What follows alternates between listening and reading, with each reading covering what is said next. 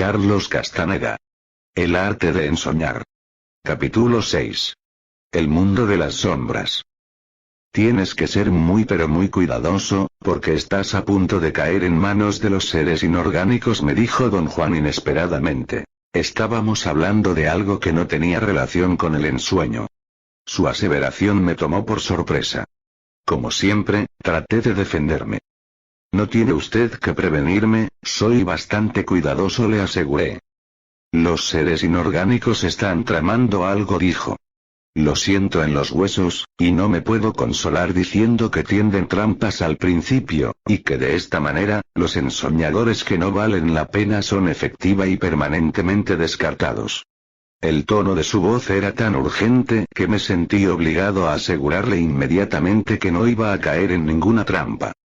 Debes considerar muy seriamente que los seres inorgánicos tienen extraordinarios medios a su disposición, prosiguió.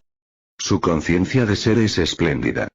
En comparación, nosotros somos unos niños. Niños con muchísima energía, la cual, por cierto, los seres inorgánicos codician sin medida. Le quería decir, pero no lo hice, que en un nivel abstracto, había comprendido lo que me decía, y su preocupación al respecto, pero que en un plano concreto, no podía ver la razón de su advertencia, ya que yo tenía control de mis prácticas de ensueño. Pasaron varios minutos de incómodo silencio, antes de que don Juan volviera a hablar. Cambió de tema y dijo que me debía hacer notar un aspecto muy importante de su instrucción sobre el ensueño. Un aspecto que hasta ahora yo había ignorado. Ya has entendido que las compuertas del ensueño son obstáculos específicos, dijo, pero lo que no has comprendido todavía es que el ejercicio para alcanzar y cruzar una compuerta no es realmente lo que permite alcanzar y cruzar dicha compuerta. Esto no me es claro en absoluto, don Juan. Lo que quiero decir es que no es verdad afirmar, por ejemplo, que la segunda compuerta se alcanza y se cruza cuando el ensoñador aprende a despertarse en otro sueño, o cuando el ensoñador aprende a cambiar de ensueño sin despertarse en el mundo de la vida diaria. A ver, ¿cómo es esto, don Juan?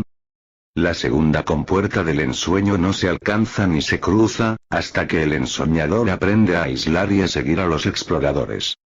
¿Por qué entonces la tarea de cambiar de sueños? Despertarse en otro sueño, o cambiar de sueños, es el procedimiento que los brujos antiguos idearon para ejercitar la capacidad del ensoñador de aislar y seguir a un explorador. Don Juan me aseguró que la habilidad de seguir a un explorador era un gran logro, y que cuando los ensoñadores eran capaces de llevarlo a cabo, la segunda compuerta se abría de golpe, y el universo que existe detrás de ella se tornaba accesible para ellos. Dijo que ese universo está ahí todo el tiempo, pero que no podemos entrar en él, por falta de destreza energética. Que la segunda compuerta del ensueño es la entrada al mundo de los seres inorgánicos. Y que el ensueño es la llave que abre esa compuerta. ¿Puede un ensoñador aislar a un explorador directamente, sin tener que pasar por el procedimiento de cambiar sueños? Pregunté. No, no hay cómo, dijo. El procedimiento es esencial. Lo correcto sería preguntar si ese procedimiento es el único que existe. ¿O puede un ensoñador seguir otro? Don Juan me miró inquisitivamente. Parecía como si realmente esperara que yo contestara la pregunta. Es demasiado difícil idear un procedimiento tan complejo como el que los brujos antiguos diseñaron, dije sin saber por qué, pero con una autoridad irrefutable. Don Juan admitió que yo estaba en lo cierto, y dijo que los brujos antiguos diseñaron una serie de procedimientos perfectos para alcanzar y atravesar las compuertas del ensueño y entrar a mundos específicos que existen detrás de cada compuerta. Reiteró que al ser el ensueño una invención de los brujos antiguos, tiene que realizarse bajo sus reglas. Describió la regla de la segunda compuerta como una cadena de 3 eslabones. 1. Por medio de la práctica de cambiar sueños, los ensoñadores descubren a los exploradores. 2. Al seguir a los exploradores entran en otro mundo real. Y 3. A través de sus acciones en ese universo, los ensoñadores descubren por sí mismos las leyes y regulaciones naturales que rigen y afectan a ese mundo. Don Juan dijo que en mis tratos con los seres inorgánicos había yo seguido la regla tan al pie de la letra, que temía devastadoras consecuencias, como la inevitable reacción de los seres inorgánicos de intentar mantenerme en su mundo. ¿No cree que exagera, don Juan? Pregunté. No podía creer que la perspectiva fuera tan sombría como la pintaba. No exagero en lo mínimo, dijo en un tono seco y serio. Ya verás. Los seres inorgánicos no dejan ir a nadie. No sin una verdadera contienda. ¿Pero qué le hace pensar que ellos desean retenerme? Te han enseñado ya demasiadas cosas.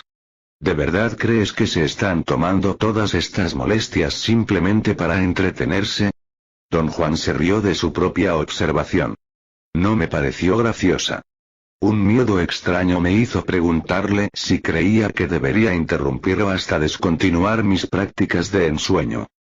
Tienes que continuar ensoñando hasta que hayas atravesado el universo que está detrás de la segunda compuerta, dijo. Quiero decir que tienes que aceptar o rechazar la atracción de los seres inorgánicos, por tu cuenta, sin ayuda de nadie. Es por eso que me mantengo apartado y casi nunca hago comentarios sobre tus prácticas de ensueño. Me vi obligado a enseñarte a ensoñar, continuó, únicamente porque ese es el patrón establecido por los brujos antiguos. El camino del ensueño está repleto de trampas, y el evitar esas trampas o el caer en ellas es un asunto individual y personal de cada ensoñador, que no se puede discutir, porque es un asunto final. ¿Son esas trampas el sucumbir a la adulación o a las promesas de poder? Pregunté. No solamente sucumbir a eso, no admitir a cualquier cosa que los seres inorgánicos ofrezcan. Lo ideal sería que los brujos no acepten nada de lo que ellos ofrecen, más allá de cierto punto. ¿Y cuál es ese punto, don Juan?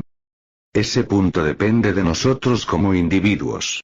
El reto para cada uno de nosotros es tomar de ese mundo únicamente lo que es necesario y nada más. El saber qué es lo necesario es la virtud de los brujos. Pero tomar únicamente lo que es necesario es su mayor triunfo. No lograr entender esta simple regla es la manera más segura de caerse de cabeza en una trampa. ¿Qué pasa si uno se cae, don Juan? Si te caes, pagas el precio, y el precio depende de las circunstancias y de la profundidad de la caída. Pero realmente no hay forma de hablar sobre una eventualidad de ese tipo, ya que no estamos encarando un problema de castigo. Lo que está en juego aquí son corrientes energéticas que crean circunstancias más terribles que la muerte. En el camino de los brujos todo es cuestión de vida o muerte, pero en el camino del ensueño esto se incrementa 100 veces. Le aseguré otra vez a don Juan que siempre tenía mucho cuidado en mis prácticas de ensueño, y que era extremadamente disciplinado y escrupuloso. Sé que lo eres, dijo. Pero quiero que seas aún más disciplinado y que trates con cautela todo lo relacionado al ensueño. Ante todo, estate atento. No puedo predecir por dónde va a venir el ataque. ¿Está usted viendo como vidente peligro inminente para mí, don Juan? He visto peligro inminente para ti desde el día en que caminaste en esa ciudad misteriosa, la primera vez que te ayudé a alcanzar tu cuerpo energético. Pero ¿sabe usted específicamente qué es lo que debo de hacer y qué es lo que debo de evitar? No, no lo sé. Solamente sé que el universo que está detrás de la segunda compuerta es el más cercano al nuestro. Y el nuestro es bastante artificioso y despiadado. Los dos no pueden ser tan diferentes. El universo de los seres inorgánicos está siempre listo a atacar, prosiguió. Pero también lo está nuestro propio universo. Por ello es que tienes que ir a ese reino exactamente como si te aventuraras en una zona de guerra. ¿Quiere usted decir, don Juan, que los ensoñadores siempre deben tener miedo de ese mundo? No, no quiero decir eso. Una vez que el ensoñador atraviesa el mundo que está detrás de la segunda compuerta, o una vez que el ensoñador se rehúsa a considerarlo como una opción viable, se acaban los dolores de cabeza. Don Juan afirmó que solo entonces los ensoñadores pueden continuar. Yo no estaba seguro de lo que esto significaba. Me explicó que el mundo detrás de la segunda compuerta es tan poderoso y agresivo, que sirve como una barrera natural o un campo de prueba, donde se vuelven obvias las debilidades de los ensoñadores. Si las vencen pueden proseguir a la siguiente compuerta. Si no, se quedan prisioneros para siempre en ese universo. Mi ansiedad me sofocaba, pero por más que traté de persuadirlo, eso fue todo lo que dijo al respecto. Cuando me fui a casa, continué con sumo cuidado mis viajes al reino de los seres inorgánicos. Mi cuidado únicamente incrementó el gozo que sentía en esos viajes. Llegué hasta el punto de que solo el hecho de contemplar el reino de los seres inorgánicos era suficiente para producirme un júbilo imposible de describir. Temía que mi deleite se acabara tarde o temprano, pero algo inesperado lo hizo aún más intenso. En una ocasión, un explorador me guió rudamente por innumerables túneles, como si estuviera buscando algo, o tratando de extraer mi energía hasta dejarme exhausto. Cuando finalmente se detuvo, parecía que estábamos en las afueras de ese mundo, y yo me sentía como si hubiera corrido un maratón. No había más túneles, solamente oscuridad. De pronto algo iluminó el área frente a mí. La luz provenía de una fuente indirecta. Una luz mortecina que tornaba todo gris o parduzco. Cuando me acostumbré a ella, distinguí vagamente unas formas oscuras moviéndose. Después de un momento, me pareció que el enfocar mi atención de ensueño en esas formas movedizas las volvía sustanciales. Diferencié tres tipos distintos. Unas eran redondas, como pelotas. Otras como campanas. Y otras, como ondulantes llamas de vela, pero gigantescas. Todas eran básicamente redondas y del mismo tamaño. Se me ocurrió que tenían entre 1 metro o 1,5 metros de diámetro. Había cientos o quizá miles de ellas. Sabía que estaba experimentando una visión sofisticada y extraña. Y sin embargo esas formas eran tan reales que me sentí verdaderamente asqueado. Tuve la nauseabunda sensación de estar en un nido de gusanos gigantes, grises y parduzcos.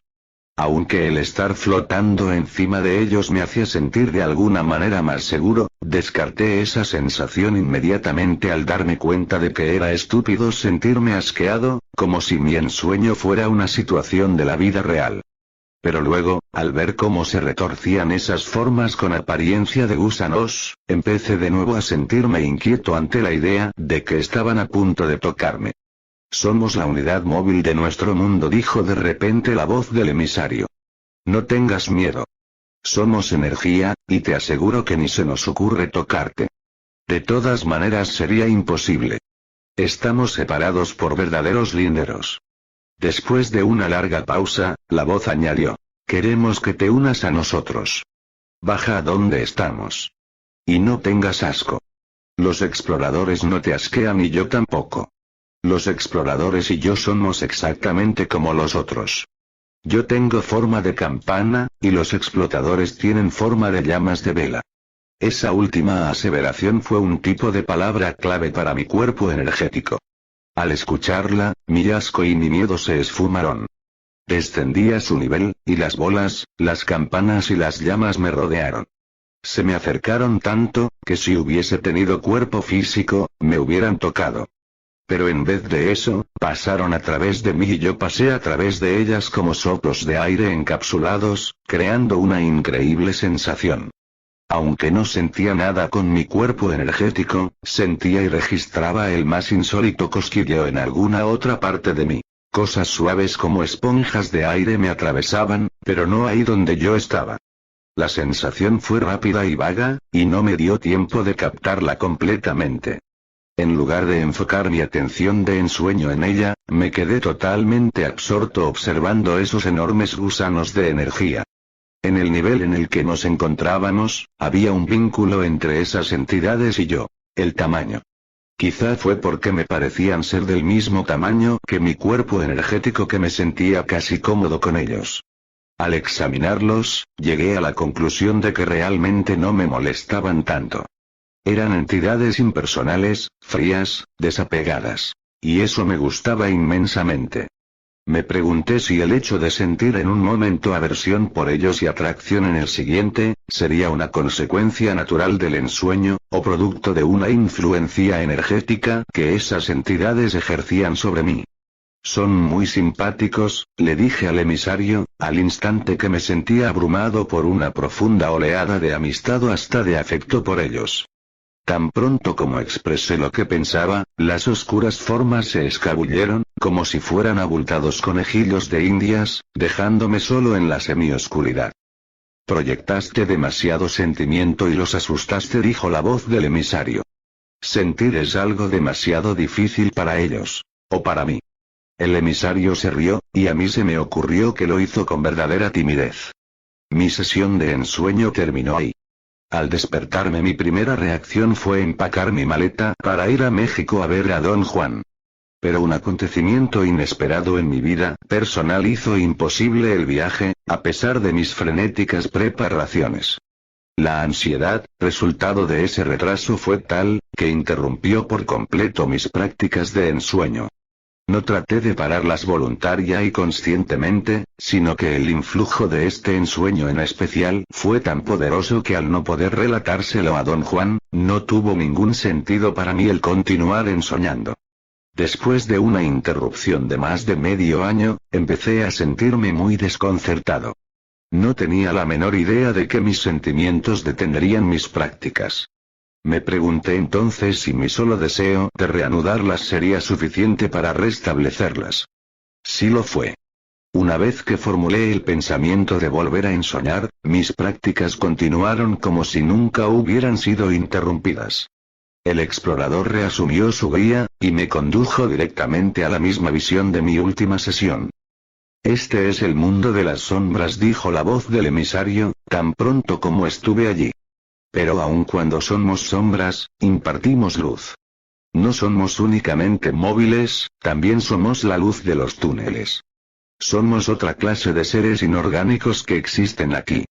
Hay tres clases. Una es como un túnel inmóvil, la otra es como una sombra con movilidad. Nosotros somos las sombras con movilidad. Los túneles nos dan su energía y nosotros cumplimos sus mandatos. El emisario paró de hablar. Sentí que estaba esperando que le preguntara acerca de la tercera clase de seres inorgánicos. También sentí que el emisario no me lo diría a menos que lo preguntase. ¿Cuál es la tercera clase de seres inorgánicos? Dije. El emisario tosió y se rió entre dientes. Me pareció como si gozara el hacerme preguntarle. Oh, ese es nuestro aspecto más misterioso, dijo. La tercera clase se les revela a nuestros visitantes solo cuando escogen quedarse con nosotros. ¿Por qué es eso? Pregunté. Porque se requiere de mucha energía para verlos, contestó el emisario. Y nosotros somos los que tendríamos que proveer esa energía. Sentí que el emisario me decía la verdad. También sentí un horrendo peligro latente. No obstante, estaba yo poseído por una curiosidad sin límites. Quería ver a esa tercera clase. El emisario pareció darse cuenta de lo que sentía. ¿Te gustaría verlos? Preguntó casualmente. Seguro que sí, dije. Todo lo que tienes que hacer es decir en voz alta que te quieres quedar con nosotros, dijo el emisario con un tono indiferente. Pero si digo eso, me tengo que quedar aquí, ¿no es cierto? Pregunté. Naturalmente, dijo el emisario con suma convicción. Todo lo que digas en voz alta en este mundo es para siempre. No pude pasar por alto la idea de que si el emisario hubiese querido tenderme una trampa para que me quedase, todo lo que tenía que hacer era mentirme. Yo no hubiera notado la diferencia. No te puedo mentir, porque la mentira no existe, dijo el emisario entremetiéndose en mis pensamientos. Te puedo hablar acerca de lo que existe. En mi mundo, lo que existe es el intento. Detrás de una mentira no hay intento, por lo tanto no tiene existencia. Quería discutir que aún detrás de las mentiras había intento. Antes de que pudiera decirlo, el emisario me aseguró que había intención detrás de las mentiras, pero que intención no es lo mismo que intento. Fallé en mantener mi atención de ensueño enfocada en la discusión que el emisario estaba planteando. La enfoqué en los seres sombra. Tenían la apariencia de una manada de extraños animales con aspecto de niños. La voz del emisario me previno que mantuviera mi emoción bajo control, ya que sus repentinos estallidos tenían la capacidad de hacer que los seres sombra se dispersaran, como una bandada de pájaros. ¿Qué quieres que haga? Pregunté. Baja aquí junto con nosotros, y trata de empujarnos o jalarnos, la voz del emisario dijo con tono de urgencia. Cuanto más pronto aprendas a hacer esto, más pronto podrás mover cosas en tu mundo con el solo hecho de mirarlas. Mi mentalidad de comerciante enloqueció con anticipación. Me encontré instantáneamente entre ellos, tratando desesperadamente de empujarlos o jalarlos. En un momento, agoté completamente mi energía, y solo me quedó la impresión de haber hecho algo equivalente a tratar de levantar una casa con la fuerza de mis dientes. Otra impresión que me quedó fue que mientras más me esforzaba, mayor era el número de sombras. Era como si vinieran de todos los rincones para observarme, o para alimentarse de mí. En el instante en que se me ocurrió ese pensamiento, las sombras se escabulleron una vez más. No nos estamos alimentando de ti, dijo el emisario. Todos venimos a sentir tu energía, muy similar a lo que tú haces con la luz del sol en un día de frío. El emisario me aconsejó que me abriera a ellos, cancelando mis sospechosos pensamientos. Oí la voz, y al escuchar lo que decía, me di cuenta de que estaba oyendo, y pensando exactamente como lo hago en mi mundo cotidiano. Giré lentamente para ver a mi alrededor. Usando la claridad de mi percepción como medida, concluí que estaba en un mundo real. La voz del emisario sonó en mis oídos. Dijo que la única diferencia entre percibir mi mundo y percibir el suyo era que percibir su mundo comenzaba y terminaba para mí en un abrir y cerrar de ojos, mientras que percibir el mío no, porque mi conciencia estaba fija en mi mundo junto con la conciencia de un inmenso número de seres como yo, quienes lo mantenían en su lugar con su intento. El emisario añadió que para los seres inorgánicos, percibir mi mundo comenzaba y terminaba de la misma forma, en un abrir y cerrar de ojos, pero que percibir su mundo no, ya que había un inmenso número de ellos que lo mantenían en su lugar con su intento. La escena empezó a disolverse. En ese instante, yo era como un buzo y despertar de ese mundo era como nadar hacia arriba para alcanzar la superficie. En la siguiente sesión, el emisario comenzó su diálogo conmigo exponiendo nuevamente que existía una relación totalmente coordinada y coactiva entre los túneles y las sombras móviles. Terminó diciendo: no podemos existir los unos sin los otros. Entiendo lo que quieres decir, dije. Noté un tono desdeñoso en la voz del emisario cuando replicó que no había manera de que yo pudiera entender lo que significaba estar relacionado de esa forma. Que tal relación era infinitamente más que una de mutua dependencia. Mi intención era pedirle que expandiera su explicación, pero en el instante siguiente me encontraba adentro de lo que solamente puedo describir como el tejido de un túnel. Vi unas protuberancias de aspecto glandular grotescamente chisporroteantes que emitían una luz opaca. Cruzó por mi mente el pensamiento de que esas eran las entidades sombra y las protuberancias parecidas al braille. Considerando que estas eran masas energéticas de metro o metro y medio de diámetro, me pregunté cuál sería el verdadero tamaño de esos túneles. El tamaño aquí no es como el tamaño en tu mundo, dijo el emisario. La energía de este mundo es una clase diferente de energía. Sus características no coinciden con las características de la energía de tu mundo, sin embargo, este mundo es tan real como el tuyo. El emisario añadió que me había dicho todo acerca de los seres sombra, al explicar y describir las protuberancias de las paredes de los túneles. Repliqué que no había prestado atención a sus explicaciones, ya que creí que no estaban directamente relacionadas con el ensueño. En este reino, todo está relacionado con el ensueño, afirmó el emisario. Quería pensar en la razón de mi equivocación, pero mi mente se puso en blanco. Mi atención de ensueño estaba debilitándose. Me era difícil enfocarla. Me preparé para despertarme. El emisario habló nuevamente, y el sonido de su voz me reforzó. Mi atención de ensueño se avivó considerablemente.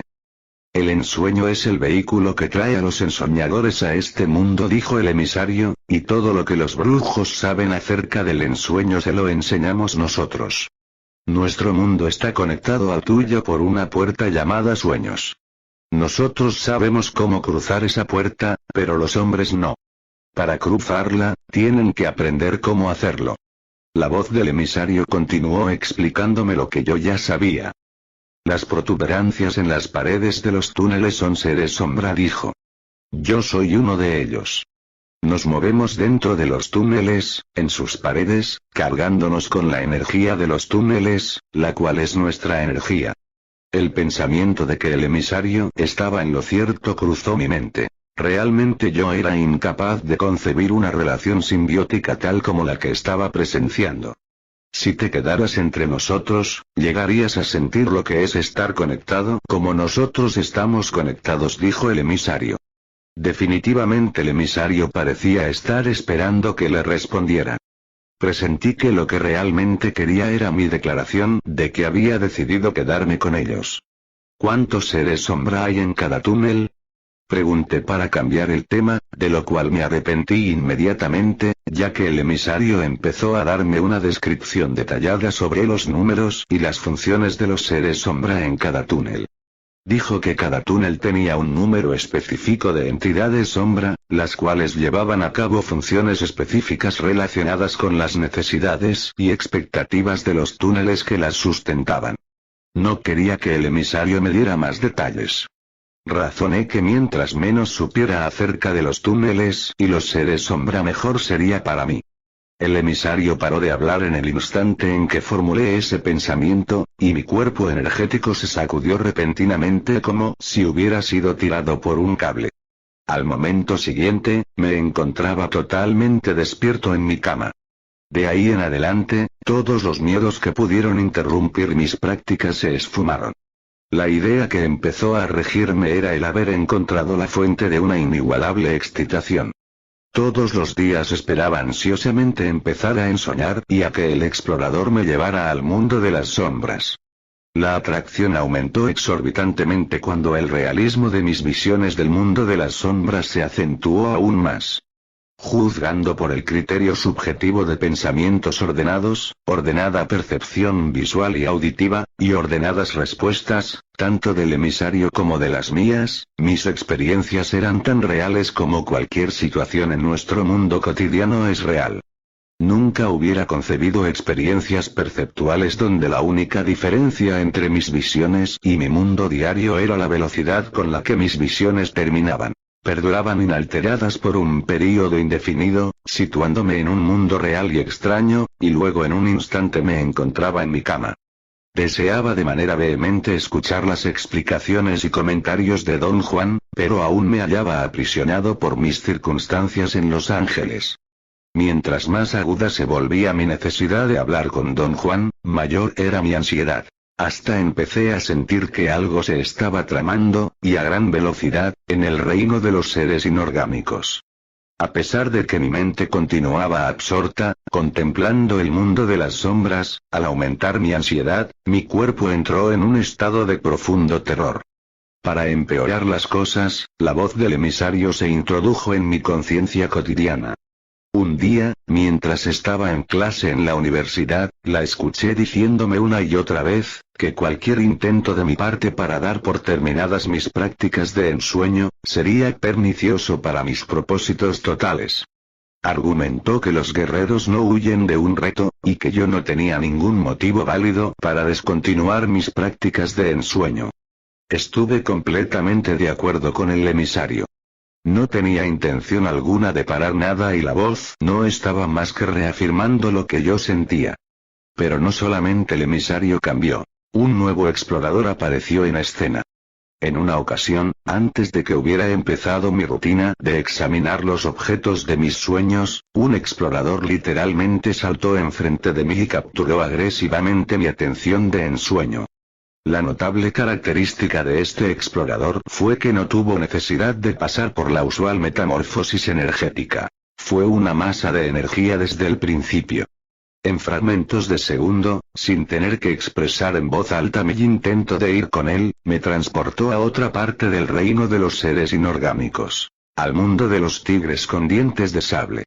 En mis otros trabajos he descrito vislumbres de esas visiones. Digo vislumbres, porque en ese entonces me faltaba energía para traducir esas visiones en algo comprensible para mi mente lineal.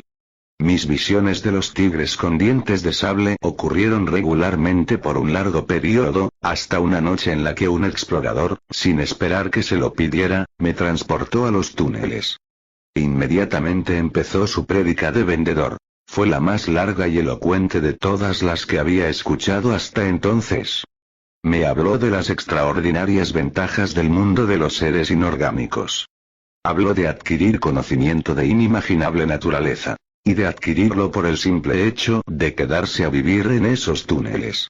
Habló de una increíble movilidad. De tener infinito tiempo para buscar y encontrar lo que uno quisiera, y por encima de todo, habló del incalculable placer de ser consentido y mimado por sirvientes cósmicos que complacerían todo capricho. Seres conscientes de todos los rincones del cosmos se quedan aquí con nosotros, dijo el emisario, terminando su discurso. Y les encanta quedarse aquí con nosotros. De hecho, nadie se quiere ir. El pensamiento que tuve en ese momento fue que la servidumbre era definitivamente antitética a mí. Nunca me había sentido cómodo con sirvientes o siendo servido. El explorador me hizo luego volar por muchos túneles. Se detuvo en uno que parecía de alguna manera más grande que los otros. Mi atención de ensueño fue cautivada por el tamaño y la configuración de ese túnel. Y se hubiera quedado ahí, si algo no me hubiera hecho voltear.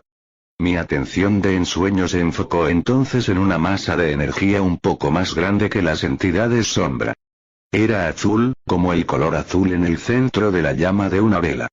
Estaba completamente seguro de que esta configuración energética no era una entidad sombra y que no procedía de ese lugar.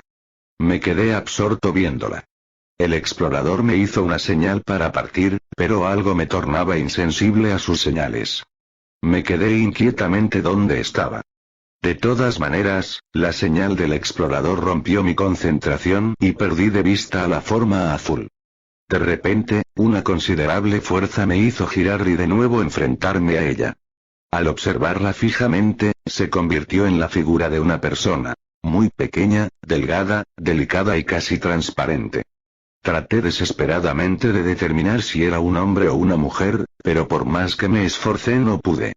Mi tentativa de hablar con el emisario falló.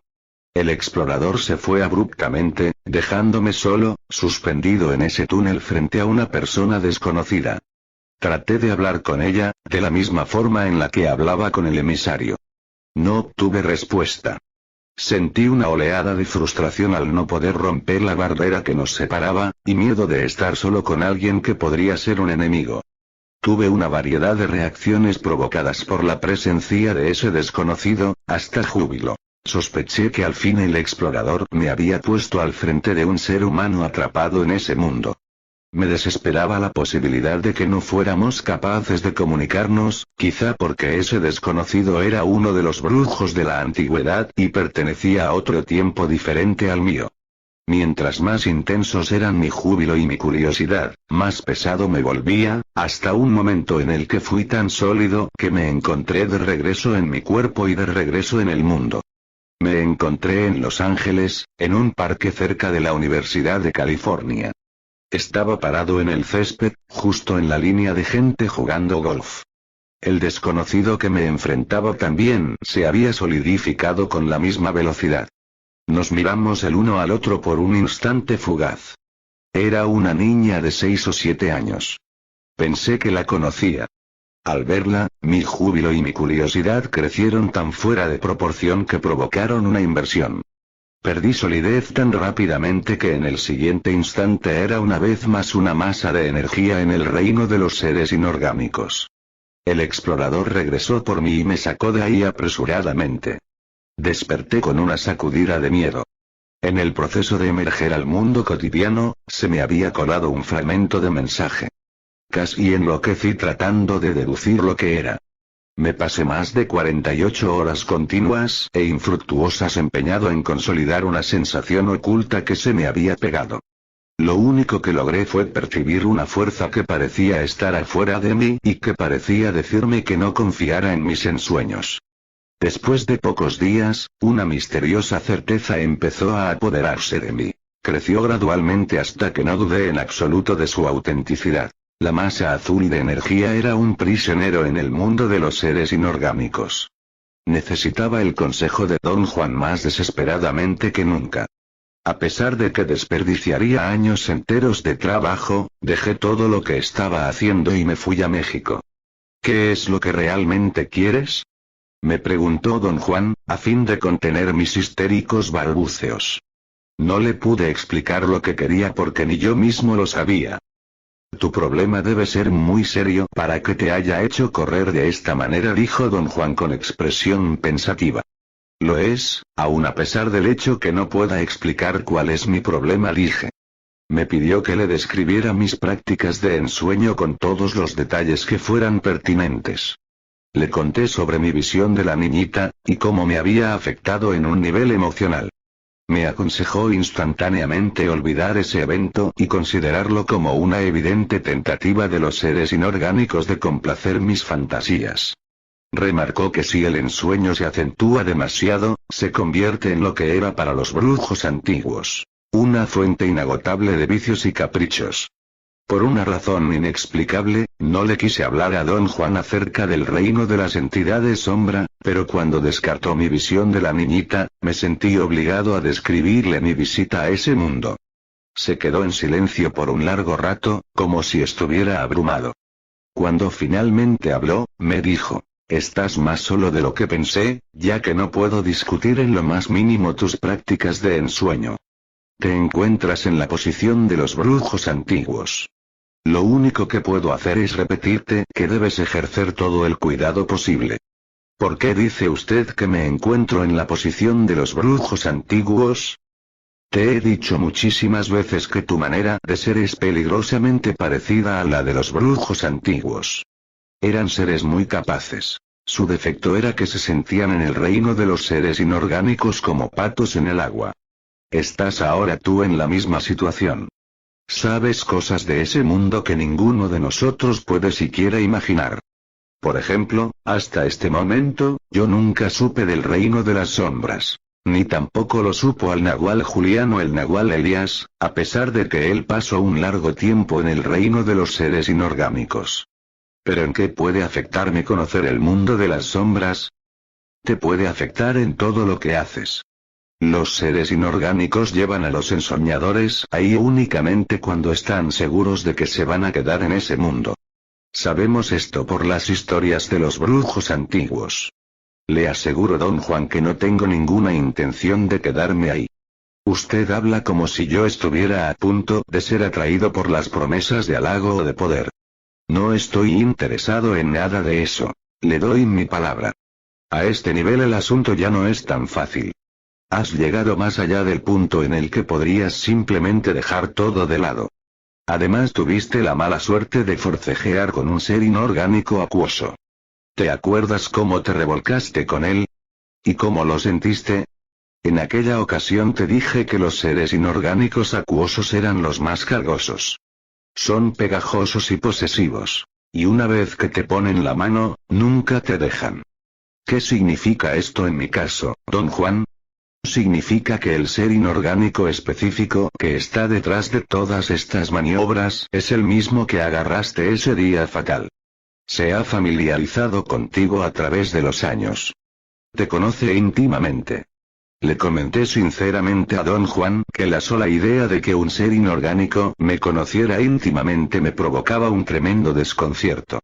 Cuando los ensoñadores se dan cuenta de que los seres inorgánicos no son tan simpáticos como parecían al comienzo, dijo, es generalmente demasiado tarde para ellos, porque para ese entonces, los seres inorgánicos ya se los metieron en la bolsa. En lo profundo de mí sentía que Don Juan estaba hablando abstractamente acerca de peligros que quizá existían teóricamente, pero no en la práctica. Yo estaba secretamente convencido de que no había ningún peligro.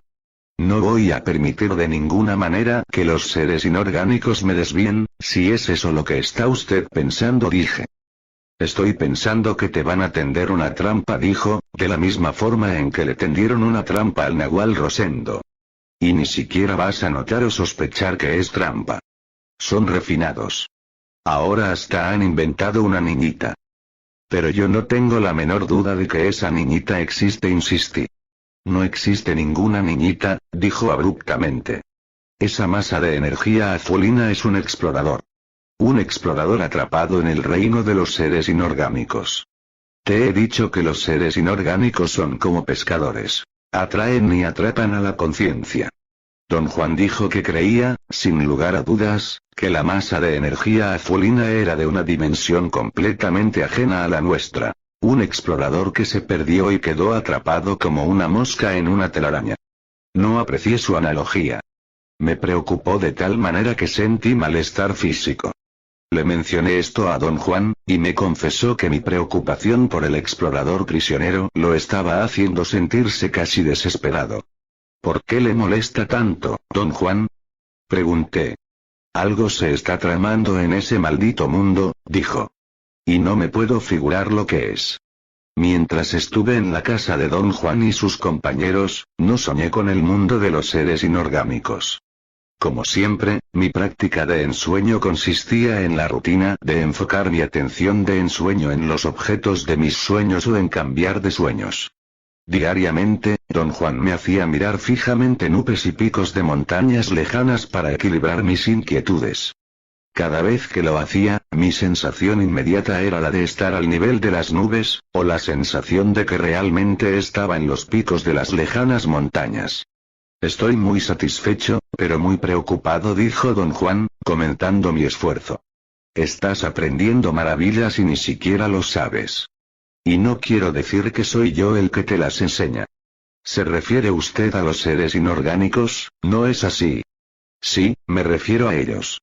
Y ahora te recomiendo que no fijes tu mirada en nada. Mirar fijamente es una técnica de los brujos antiguos.